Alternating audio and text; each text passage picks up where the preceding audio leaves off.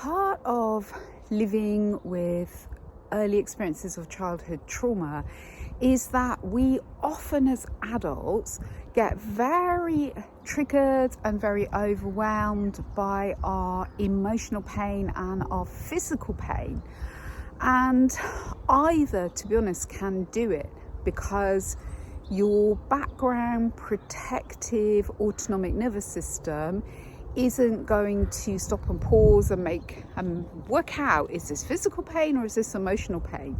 So it will just react, and so that could be something like feeling really sad, feeling really lonely, feeling really ashamed, embarrassed. Any of those feelings at all could easily trigger a big reaction in your autonomic nervous system, sending you into a full-on state of emergency, panic. So very activated, maybe fight or flight, or it could flick you into feeling like that on the inside, but being completely frozen. So completely trapped in it, which is a horrible feeling as well. Or it could crash you down into a complete state of shutdown. You feel very, very zoned out. You can barely function. So that can happen, as I say, because you have you feel a feeling, you feel an emotion that to your survival system wasn't safe for you to feel when you were a child, because the adults you were with, you were cared for by, found your feelings of sadness, your feelings of overwhelm, whatever it was, they overwhelmed the adult.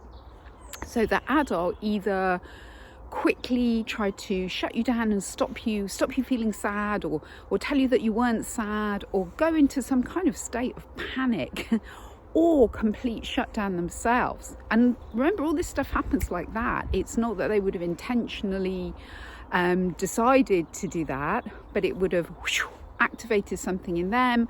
They would have then reacted towards your emotions that they couldn't cope with and were triggered by, and then either shut them down, dismiss them, diminish them, or jollied you on through them. So either which way, your survival system then learned, I cannot safely cry, I cannot safely feel embarrassed. So see how this passes on. It's quite mind-blowing, really. And the same happens with physical pain. If when you were a child and you fell over and you cut your knee, the adults around you, particularly your main carer, got into a right state of panic and even irritation or whatever it was, you're fine. So again, the child's autonomic nervous system, your autonomic nervous system, learnt, physical pain is scary, physical pain has to be got rid of really quickly, or I have to put all my feelings down, not an intellectual process, but a subconscious one. So as adults, this stuff will still play out, and it's really uncomfortable. I'm sure you may know this, those of you who experience it. I used to really struggle if I ever felt sad. It will make me go completely panicky, and I would just reach for whatever form of self-medication I could reach for. So, a huge piece of cake, a large glass of wine, exercise, whatever it was the thing that I was particularly self-medicating with at the time, because I couldn't tolerate feeling sad or lonely. Those were obviously things that were not, the adults around me were not able to tolerate in me. So you see how it passes on. So if you begin to have this awareness that this happens a lot in you, try not to rush to avoid it, but at the same time be very, very, very gentle with yourself.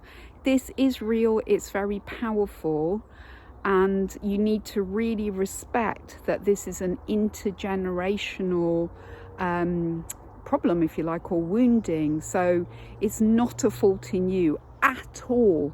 It is a result of something, and it's possible to heal from it. You just need to go very carefully and very gently and respectfully.